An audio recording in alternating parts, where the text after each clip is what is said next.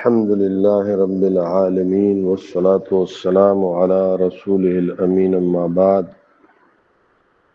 باب الخلع وكيف الطلاق فيه دا باب دی په بیان د خلع کې او کیفیت د طلاق په خلع کې دا بیانې امام بخاری دغه پورې د طلاق احکام ذکر شو نو خلع ذکر کوي چې خلع اول دا چې خلع وایستا خلع دا مصدر دی ماخوذ د خلع الثوبنا خلع الثوب والنعل پلان کی سړی خپل کپڑے لری کړي پیزار لر کړو نو زنانو د سړی نه جزان او باسی د نکاح دا زنانه ته قران لباس د سړی ویلې دي هن لباس لکم وانتم لباس لهن دا زنانه ستاسو د پاره لباس پشان دي سورته بقره کې جامو پشان او تاسو د دې د پاره د جامو پشان دي وانتم لباس لهن نو دیو جنا دا سلک خلع الثوب نه دا ماده غشته ده خو مصدر د دې په ضمه د خاصه راغلی دی دا خلع په ځای خلع راغلی دی دا د پاره د فرق په مابین دا جسمونو کې او د معانیو کې لکه جسم کې چرازی خلع ثوبه ونعله خلعا ولیکي خلعا په فتحې د خاصه او دا خو معنوي لري کېدل دي کنه خلع معانیو کې استعمالي خلع لفظ ذکر دې کې فرق رالو حقیقت د خلع شرعي څه دی فراق د سړی دی خپل خزنه په عوض سره چې حاصل شي د سړی د پاره مطلب دا چې خزه مطالبه وکړي سړی د چې ما د خپل نکاح نه او با سما پرېږده تاسو زما گزاران نه کیږي او سړی ته خپل مہر واپس والی دیتا خلع ویل کیږي مفارقه الرجل امراته على مال جدا کول سړی دی خزه خپل لره په مال سره په عوض د مال کې خلع په شریعت کې جایز ده او زنانه د پاره دا حق شته چې دا خلع د خاوند نه دغه د نکاح نه ځانو ساتي ځان بچ کی یعنی مطلب ځان ته وباسي خلع کله یو زنانه کولی شي اجازه دې ته کله دی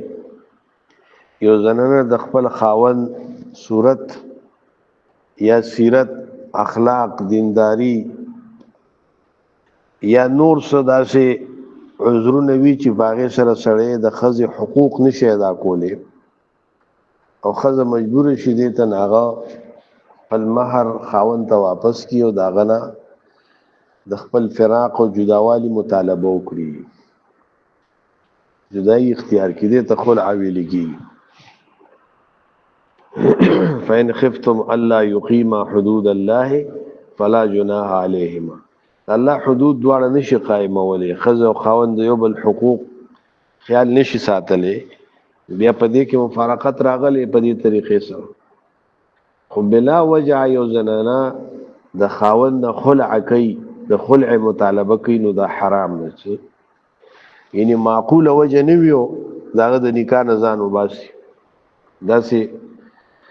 زنانا بارکه وعید راغله فحرام علیها رائحه الجنه ابو داود کې دا حدیث باب الخلع کتاب الطلاق کې راغلی دی صحیح حدیث دا سه خزه باندې د جنت بوی حرام دی خوشبوئی په د جنت حرام ده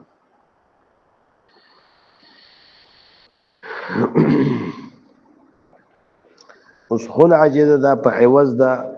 مال کی کم مال چې سړی مہر خزه ته ور کړی دی بس د دې په عوض کې به خلعي نبی صلی الله علیه وسلم یو حدیث کې راځي د ابن عباس روایت د ثابت ابن قیس شکم دلته امام بخاری ورو دی حدیث مختلف طرق دي چې امام بخاری نه دي ذکر کړي هغه کې دا دي چې نبی علیہ الصلوۃ والسلام د خلع په صورت کې ثابت ابن قیس ته وی فامره رسول الله ان ياخذ منها حديقته د دین خپل باغچه چې تا ول مہر کې باغ ورکړی هغه ته واخله ولا یزداد او زیادت مطالبه بنه کې بس صرف مغه باخله. او بل روایت کې دا سه راځي چې اما زیادت فلاح دغه روایت مرسل دی. اروال غلیل کې البانی سے بوئی چې دا مرسل دی.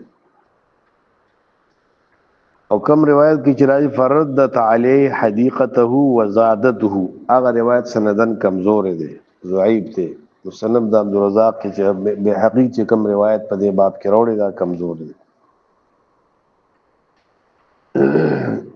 نو سړی د زیادت مطالبه نشي کولی.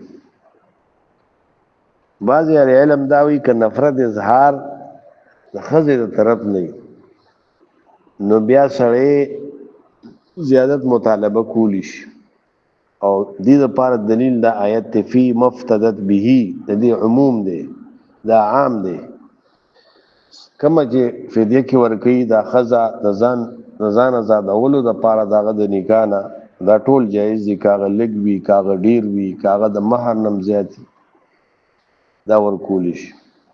چونکه حدیث د ثابت ابن قیس صحیح حدیث دی چې ولا یزداد سره به د زیادت مطالبه نه کوي. دا عموم خاص کړي دی کنه. یعنی مطلب دا چې سوي د پاره زیات مطالبه دا صحیح نه ده. که خزه په خپل خوشاله سره هغه سره مال وی د مہر نه زیات ولا ور کوي بیتی بالنفس په خوشاله سره نو پای کې بیا څه مطلب دا چې کراهت نشته ممانعت نه دی موجود. خلع چې د خزه او د خاون پر ضمانتیا سره بکی که خاون نه حاضریږي او خاون نه غواړي او وجه معقوله موجودی خزه فراق نه ور کوي جدائی نه ور کوي نو بیا خزه حاکم ته قاضی ته خپل مسله وړي شي او حاکم د دې په مینس کې بیا فسخ کولی شي. اوس خلع سره چې کوم جداوالی وشي نو آیا دا فسخ د نکاح ده کدا طلاق ده. نو دې باره کې د اهل علم اقوال شته دي مختلف. جمهور اهل علم ای کې امام ابو حنیفه صاحب امام مالک صاحب هم دي چې خلع دا طلاق دی. خلع دا څه دی طلاق دی. او هغه په دې باب په دې حدیث باندې چې کوم امام بخاری دل تروړي دي یا نور کتابونو کې کوم حدیث دي چې ثابت ابن قیس ته نبی صلی الله علیه وسلم ویلو چې طلقها تطلیقه دل طلاق ورک په طلاق ورکول سره دین زنه استدلال کوي. خو دې زنه داغي استدلال بالکل واضح نه دی داسې ځکه طلاق لفظ لغوي معنا سره پرې خوده ځکه فارقه لفظ امراغله دی. دلته طلاق اصطلاحي او شرعي معنا مراد نه ده ځکه خلع کې او طلاق کې فرق دی. بل محققین علما دا وی چې نه خلع طلاق نه دی بلکې دا فسخ ده ځکه الله سبحانه و تعالی په قران کریم کې الطلاق مرتان ویل دي او دین بیا فی مفتدت د فدیه خبره کړې ده. افداء د فدیه خبره کړې ده. خلع خبره کړې په فدیه سره او داغه د ذکر نه بعد فرمایلی فان طلقها فلا تحل له من بعد حتى تنكح زوجا غيره. دریم طلاق ذکر نو کو چرتا خلع ام طلاق شي او درې طلاق ادا شي دا خو بیا څلور طلاق شي. حالان کې خلع طلاق نه دی بلکې دا فسخ ده. معلومه شو دی چې خلع صدا دا فسخ ده. بل دا چې د ثابت ابن قیس خزتا چې کوم حدیث موطا کې امام مالک سے بروړي دي هغه ته نبی علیہ الصلوۃ والسلام ویلي چې دا ثابت ابن قیس چې کله هغه نه مال خپل مہر واغشتو او دا خپل نکاح نه د نکاح نه وتا وجلست فی اهلها او دا خپل اهل یعنی د مور پلار په کور کې کېناستا. معلومه شو چر کله دا د خپل مور پلار په کور کې کېناست نو کو دا خلع طلاق وین نو د طلاق په صورت کې عیدت په زنانه د خاون په کور کې تیري نو چر کله دا څنګه دا ثابت شو چې دا خلع فسخ د طلاق نه دی بلداري چې د خلع عیدت یو دی یو حیض دی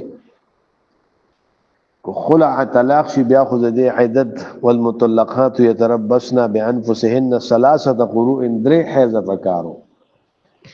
او دلته کې احادیثو کې د خلع عیدت چې دا یو حیض دی دنه معلومه دا شو چې دا طلاق نه دی دا فسخ بلداري چې د خلع په صورت کې خزه خاون ته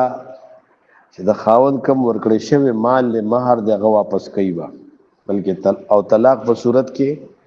داغه واپس نشته یعنی خاون واپس نشي اخیسته خلع فسخ شو طلاق نشو دا نور فرقونه هم شته دي بلدار چې نبی علیہ السلام چې کله ثابت ابن قیس خزه سره خلع کول نو دی وته نه وی چې لکه وګور اسنه چې دا خزه ستا حایزه وي نو دیو جنا نبی صلی الله علیه وسلم ثابت ابن قیس صدا شنو وی چې دا حایزه ده کنه دا یا په طهور کې دا په دې کتاب مطلب مباشرت کړي نه دي کړي دا خبره ونه شو دي نه معلومه دا شو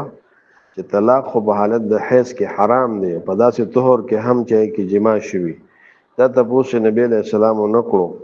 نو خلع کې دا شرط نشته په حیض کې هم کې دي شي خلع او پاغه طهور کې چې جما پکې شي پای کې هم کې دي شي شیخ الاسلام تیمیه امام ابن قیم وی چې خلع فسخ دراجه ده نورم ډیر فرقونه شته د خلع او د طلاق په مینس کې او عدت د خلع چې دا یو حیض دی ځکه نبی علیہ السلام د ثابت ابن قیس خزه ته امر کو چې انت اعتد بحیضه یو حیض عدت دا تیر کی دارنګ ربیع بنت معوذ حدیث کې راځي چې نبی علیہ السلام د ثابت خزه ته د یو حیض تیرولو حکم کړی دی ابن عمر فرمایي عدت المختلعه حیضه ابو داود کې راځي چې د مخترعي خزي چې کومه خلع کړي د هغه عدت یو حیض دی دا د احکام دي د خلع عبارت کې امام بخاری ذکر کوي وقول الله تعالی او باب دی په بیان د دې قول د الله تعالی کې دا قول دا عتب ته په الخلع باندې مخ کې باندې ولا ذکر مجرور دی ولا يحل لكم او حلال ندي تاسو د پاره ان تاخذو چې تاسو واخلې مما دا اغسنا اتيتموهن شيئا چې ورکړي دي تاسو د خزو ته څه الا ان يقيما حدود الله مگر دا کدا خزو خاوند الله حکمونه او د الله حدود نشي قائمولې او خپل منس کې جون د دې نتیریږي نافرمانی راځي د الله د حکمونو تو په دې صورت کې بیا خزه خاوند ته فدیه ورکی او مہر او ځان ته آزاد کی نو دا جائز ده الا يخاف الا يقيم حدود الله واجاز عمر رضی الله تعالی عنہ جائز کړی دا خلع لرا دون سلطان بغیر د اجازه او بغیر د حضور د بادشاہ او د حاکم نو د قاضی نه ضرور نه ده چې حکومت به خبره سلطان دو بادشاہ به خبره قاضی به خداغه په مخ کې بینه بس خزه خاور خپل منس کې خلع او کړو څه گواه موافق دغه شی بس دا کافی ده واجاز عثمان الخلع دون اقاص راسها او جائز کړی دی عثمان ابن عفان خلع سوا دا سنه هغه اقاص د راس د دین اقاص ته وي هغه ستوي چې زنانه په خپل کونسه جوړي او اختفي تړي هغه خیت او هغه موزي ته وي او هغه پیوي ته وي چې زنانه په مطلب د عثمان رضی الله عنه دا دی چې د خزنه سړی مطلب دا چې د اقاص راسه هانه سیوا سړی غواړي اغستی شي هر څه اغستی شي قلیل او کثیر هر څه اغستی شي زنانه کله سړی نه مطالبه د نکاح نه د وتلو کوي نو سړی ټول مال داغه نه غستی شي یعنی دون اقاص راس حدا مبالغه په تور سره وي چې د زنانه داغه سنه هغه خیط نه چې پاغه باندې خپل وخت تړي داغه نه علاوه نور هر څه باندې خلع جایز ده سړی وته چې خلع د سره کوم څومره مال چې ستاده دا ټول مال راکې نو داتنه اغستیش ولا يترك لها سوا عقاص شعرها معنا دا چې دغه مبالغه ده مبالغه په تور سره عثمان ابن عفان دا ذکر کړی دی خو لیکن صحیح په دې باب کې دا چې خلع کې سړی صرف مہر واخلي زیات تی وانخلي صرف مہر دی واخله کمخ کې موږ دا خبره ذکر کړه دی وجن اهل علم لا يجوز ان ياخذ كل ما بيدها من قليل وكثير ولا يترك لها سوى قاص شعرها داوي جائز ندي خدا د عثمان رضی الله عنه خپل اجتهاد دي چې هغه داسې وای چې سړی د پاره دا جائز دي جائز کړی دی عثمان ابن عفان په خلع کې سوا د عقاص الراس نه یعنی هغه سج زنانه به سره پخته تړي دغه و د پریز دینه علاوه چې هر څه اخلي دا غستی شي تنه سړی دینه غستی شي د خلع په صورت کې خدا د صحیح حدیثونو دا قول خلاف دی دا خپل اجتهاد دی دیو جنا علی رضی الله عنه فرمایل چې لا یاخذ من المختلعه فوق ما اعطاها سې چې ورکړي دي داغه نه بعد دی نه اخلي داغه نه زیات داغه نه زیات ته اخلي نه بلکې پاره د اکتفا وکړي چې سې ورکړي دي اکثر العلم نه دا نقل دي وقال طاووس امام طاووس ویلی دي الا ان يخاف الا يقيم حدود الله مگر دا چې خزه خاونو او یریږي د دې خبره نه چې قائم بنه کې د الله حدود او حکمونه الله حدود څه شي فيما افترض هغه چې الله فرض کړی دي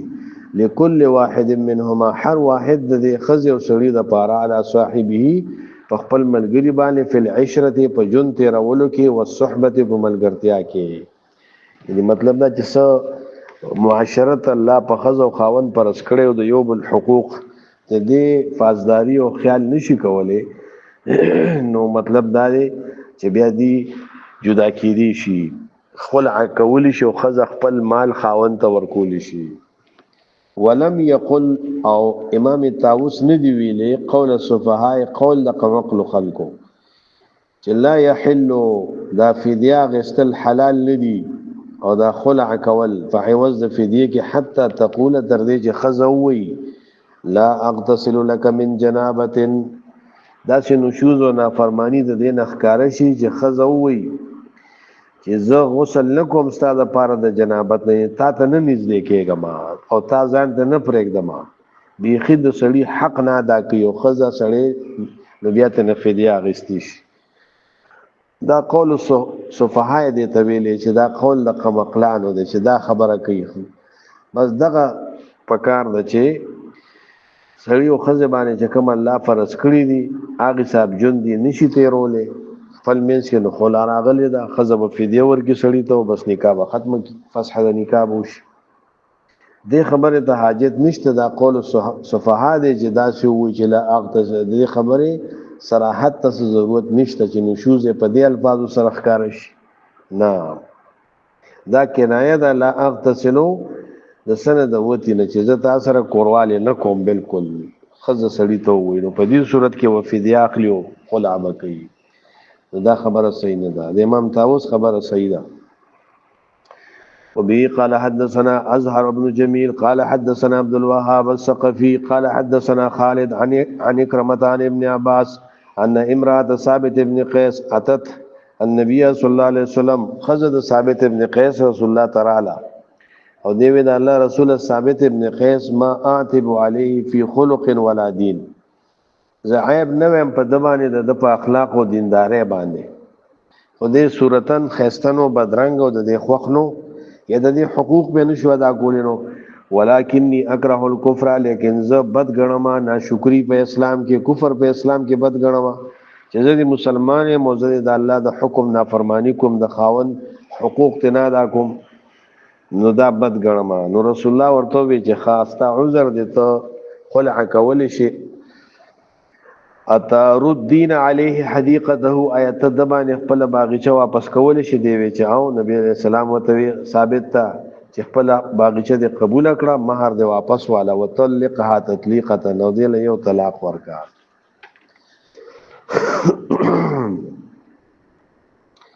دا امر دا ارشاد د پاره دی دا ایجاب او الزام د پاره نه دی. وقال ابو عبد الله امام بخاری وی لا يتابع فيه عن ابن عباس په دې حدیث کې متابعت نه دکړې شوی د ابن عباس ان لا يتابع ازهر ابن جمیل د ازهر ابن جمیل چې په ذکر د ابن عباس کې چې کم د ابن عباس ذکر کړی دی نو په دې کې د متابعت بل چانه دی کړی.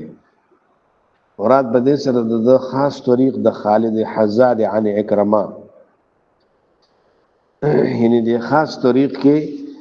د ازهر ابن جمیل متابعت چانه دی کړی. ان حدثنا خالد ان اکرم عن ابن عباس ذکر پکې نشتا ونور طرقو کې. وبه قال حدثنا اسحاق الواسطي قال حدثنا خالد الحزان اكرم ان اخت عبد الله بن ابي بهذا وقال تردين حديقته قالت نعم فرددها وامره يطلقها. وقال ابراهيم بن طحمان ان خالد اكرم عن النبي صلى الله عليه وسلم. ګور دي کې د ابن عباس ذکر نه دی راغلی مرسل راوړی دی. اکرما ډایرکټ د نبی علیہ السلام نه روایت کوي نو دا مرسل شو کنه مینس کې پکې واسطه د ابن عباس نشته دی. چا په طریق کې ابراهیم ابن طحمان او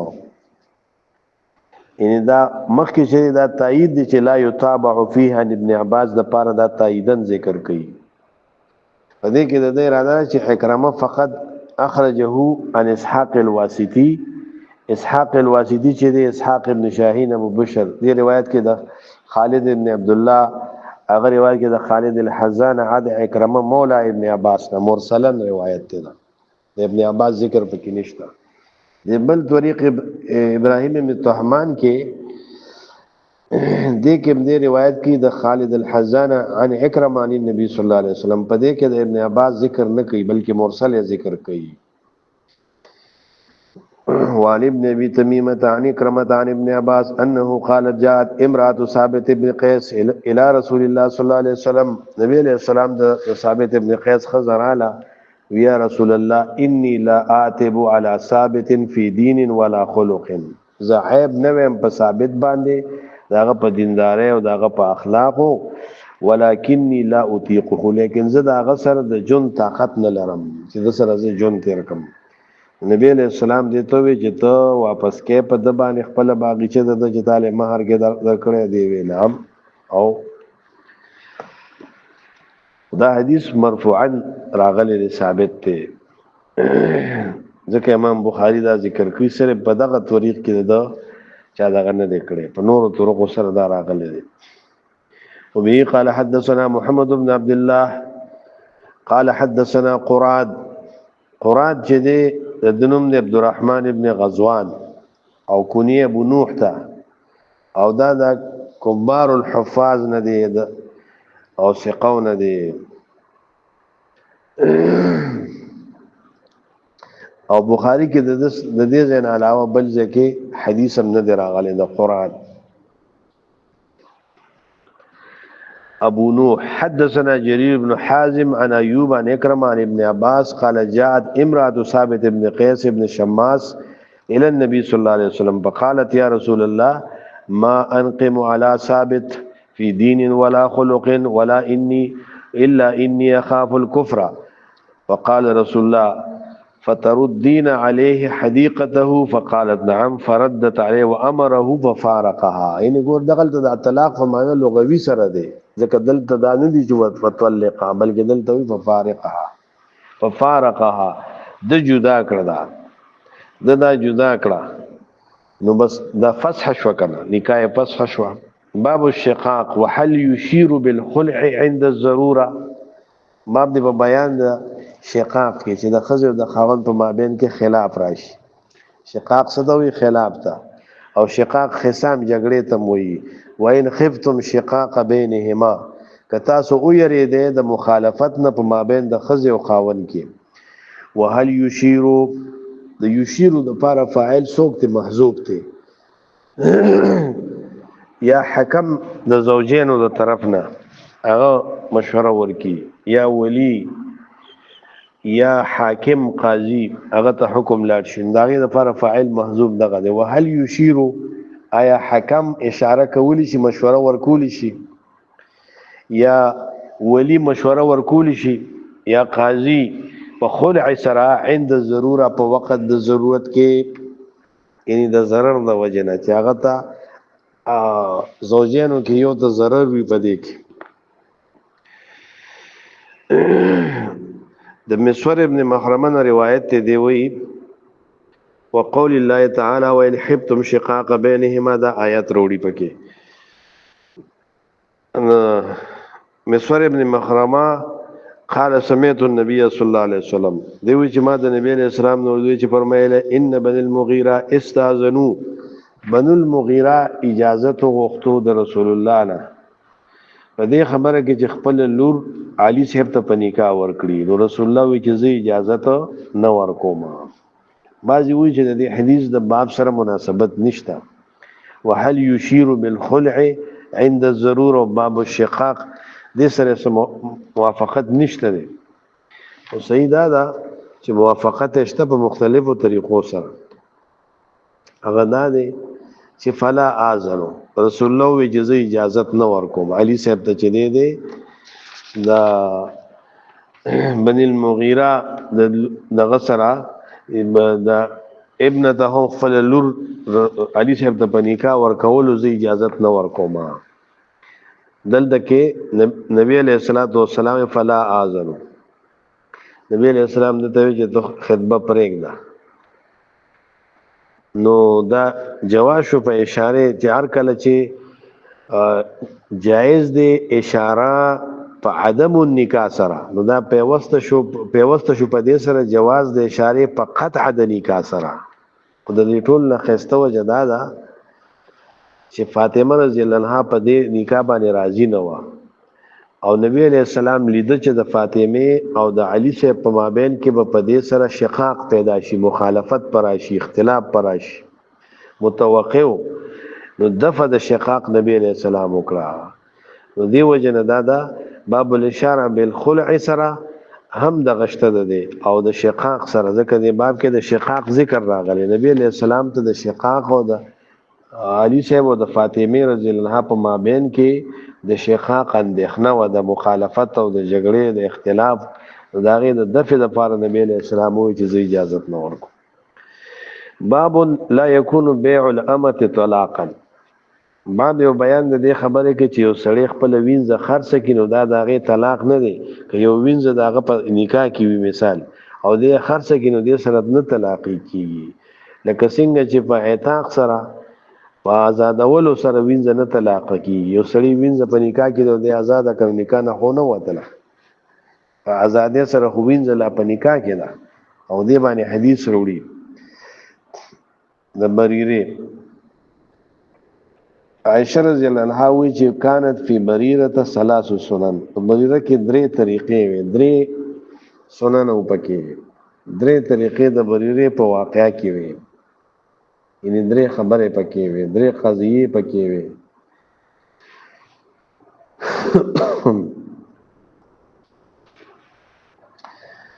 بریره چې د حدیث د بریره چې د بخاری کې ول لسکره تراغله قصه د بریره کتاب الصلات نشورو داسې ورپسې مختلف ځایونو کې امام بخاری په ولس مقاماتو کې دا روایت د بریره د مختلف مسائل دې نه ثابت کړي دي. بریری کې درې خبرې، درې طریقې او درې مسلې وي. یو دا د دې په واقع او د دې په قصه کې انها اوتقت فی زوجها، دا آزاد کړې شو په خپل خاوند کې، یعنی خاوند د دې غلامو او دا چې ونو دا وینځوا. وقال رسول الله او نبی علیہ السلام دا ویلو چې الولاء لمن اعتق ولا بد هغه چا د پاره چې غلام آزاد کړي د غلام نه هغه مال میراث کې وړل دا د هغه چاوي چې سره احسان کړي او د ازادي ور کړي چې دی وفات شي دنه چې کومه ترکه پاتې شو دا به چا د پاره لمن اعتق چا چې دا آزاد کړي دا دویمه مسله. درېمه مسله د دې په قصه کې دا خبره پکې ثابته و چې رسول الله داخل شو ګورته والبرمه تفور بلحم او کټوي جو شیده په غوخه سره حالان کې غوخه په خیدا نبی رسول سلام ته غوخه راونړل شو بلکې فقرب الیه خبز و ادم نبی رسول سلام ته د کور روټه او ترکاری پیش کړې شو من ادم البيت د کور د ترکاری نه او غوخه ترونړل شو غوخه باندې نبی علیہ السلام وی علم ارى البرمه فيها لحم زنوینم چې دغه کټوي کې غوخه پخېږي دا ولې نه وروړي کور وته خلق وی چې او ولکن ذلك لحم دا غوخه دا او تصدق به على بريره دا په بریره باندې صدقه شوی دا او ته خو د صدقات مال نخره وانت لا تاكل الصدقه نبی علیہ السلام باندې هدايا به استعمالوله او هدیه او تحفه چا برولې لیکن د صدقې د زکات مال به نبی علیہ السلام نه اخیستو نه به خورو او دا آل د پاره داسي منع ده. رسول الله وی چې علیها صدقه دا په بریری باندې صدقه ده ولنا هدیه زمونږ د پاره هدیه ده. نو دا مسله ثابت شو چې تبدل د ملک سره تبدل د شی راځي حکم راځي او مغه مال دی د بریری د پاره صدقه او چې بریری نبی علیہ السلام ته ورکینو صدقې په نیت نه بلکې هدیه ده دا طرف نه دا نبی علیہ السلام د تحفه ده دا جایز شو. باب خيار الامه تحت العبد باب یو بیان د جواز د خيار د وینځه چې لاندې د غلام نوي دغه مخکې حدیث د باب سره سم مناسبت شو چې ګورم بریره آزاد شو او د دې د آزادېدل د دې د خاوند طلاق نو چې هر کله آزادېدل طلاق نه دی طلاق په مستقل بیا واقع کیږي نو بیع په طریقه ولا سره طلاق نه دی ولې کچر د دې عتق د بریره طلاق وي رسول الله به دې ته اختیار نه ورکولې چې خاوند سره پاتې کیږي او نه پاتې کیږي د آزادېدو نه وروسته. باب خيار الامه تحت العبد باب یو بیان د جواز د خيار د وینځه هغه وینځ چې د غلام په نکاح کې وي او دا وینځ آزاد شي دا وینځ آزاد شي او خاوند غلامي دله اختیار دی. امام بخاری دله ترجیح ورکړي چې بریره زوج د بریره چې دا غلامو کوم هغه کې چې راځي نو هغه روایت کې هغه دا عائشه قول نه دی عائشه رضی الله عنها قول نه دی هغه د یو تابعی قول چې د دې غلام چې حرو صحیح دا چې د دې غلام د دې خاون چې د دې خاون غلامو لکه د ابن عباس پر روایت سره راځي رأيته عبدا یعنی زوج بریره ما د بریره خاون چې هغه غلام لیدل غلامو. او اکرمه عن ابن عباس روایت کوي ذاک مغیث ذاک اشاره د زوج د خاون د بریره سو کو مغیث عبد بني فلان دا غلام د بني فلان دغه وخت کې دی غلامو دا حریت حکم نور راغله او نه د حریت ذکر راغله دی یعنی زوج بریره کان ينظر الیها يتبعها گویا کې ز ګورم دی مغیث تا چې دی بریره پس روان دی فی سکک المدینه په کوڅو د مدینه کې یبکی علیها جاړي په دی باندې بریره خو خو دا تور غلامو د بریره نو خو بریره چې کله آزاد شو دله اختیار ورکړی شو چې د خاون سره پاتې کیږي کنه پاتې کیږي دی چې نه پاتې کیږي ځکه دا مې طبعا خوخ نه دی د خزې د لپاره حق وي نو دی وجنا دله اختیار ورکړی شو او خاون غلامو او کله چې زوج حر وي نو بیا اختیار نشته. اکرمن روایت ته ابن عباس کانه زوج بریره عبد الاسودا یعنی دلته کې راځي چې خاون د بریره او غلام تورو او نوم مغیثو عبدا لبني فلان كاني انظر اليه يطوف وراء في سكك المدينه دې پسېبو او دا ته مخ کې وا او د ورته مينتونه کولو جړه به کوله چې زماده نکانه موزه نو دې کې دا ذکر باب شفاعت النبي صلی الله علیه وسلم په زوج بریره نبی صلی الله علیه وسلم د بریری د خاوند په باره کې شفاعت وکړو، بریری د سره پاتې شي شفاعت یې وته. ابن عباس وجه زوج د بریری کان عبدا يقال له مغيث كأني انظر اليها يطوف خلفها يبكي ودموع تسيل على لحيته. او دا وخ کې په ګیر را بيده د ډېر غم د وجنه ځکه بریره ته جدا کېده. نبی علیہ السلام عباس ته وی عباس الا تعجب، آیت تعجب نه کې د محبت د مغیث نه بریره سره، ومن بغض بریره مغیثا، او د بغض د بریره نه د مغیث سره. ان بریره څومره نفرت کوي او مغیث څومره محبت تجاری ورپسې. نبی علیہ السلام وته او فرمایل لو راجعته، بریره ته کاش کې چې تا د ته رجوع کړې وي او د دنه د نکانه نه وي وته.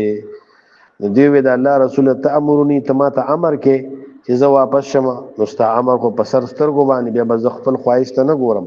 بلکې ستا امر به پوره کوم. نبی علیہ السلام ته نه امر د نه کوم، زور د باندې نه کوم، انما انا اشفع، زه شفاعت د تکسرب کوم، منل او نه منل ستا خپل خوخه ده، ستا له اختیار دی. لا حاجت لی فيه، نبی علیہ السلام ته دی وی چې زما حاجت نشته په مغیث کې، یعنی د سره زما جون نه تیریږي. بابن یا د مخ کې باب نه کل فصل له ذکر عنوان نه وروړي. ابراهيم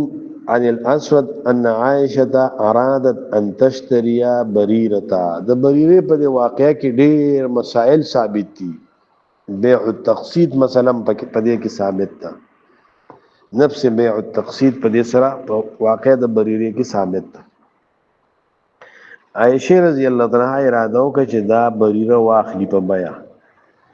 فابا موالیها د دې هغه مالکانو انکار وکړو، الا یشترط الولاء، مگر شرط ګرځول دی ولا شرط کسمانه چې ټیک ته آزاد دی غکی او کو سبا د دینه کمال مال پاتې کیږي کنه، دا ولا دغه ته ولا وی. الولاء لحمه کلحمه النسب، دا د موثق او د معتق په مابین کې دغه نسبت ته، دا مال به زمونږ دی مالکانو وی. حالان کې دا خبر دی غلطه و. دا نبی علیہ السلام د ذکر کړه، نبی علیہ السلام وته اشتریها، دا ته واخلا. عائشہ رضی الله عنها ته وی آزاد کا، او دی غلطه وی فانما الولاء لمن اعتق، ولا دا هغه چا د پاری چا چې غلام آزاد کړي. دا مسله ثابت شو. او څوک چې شرط لګي او د الله دا خبرو د رسول الله نه خلاف کسل شرط هغه باطل دي. د دې دا شرط باطل دی چې ولا به زمونږ. و اوتی النبی صلی الله علیه وسلم بلحم، النبی علیہ السلام د غوخه ورول شو، نو ویل شو چې دا صدقه کړی شوی د په بریره باندې. نبی علیہ السلام وی هغه د پاره صدقه دا، هغه چې موږ دراکې هغه هدیه ده، صدقه نه ده. او بل روایت کې راځي په خویرت من زوجه، دې خاون چې غلام او دا آزاد شو، نو دې ته اختیار ورکړی شو چې خاون سره پاتې کېږي او کنه پاتې کېږي.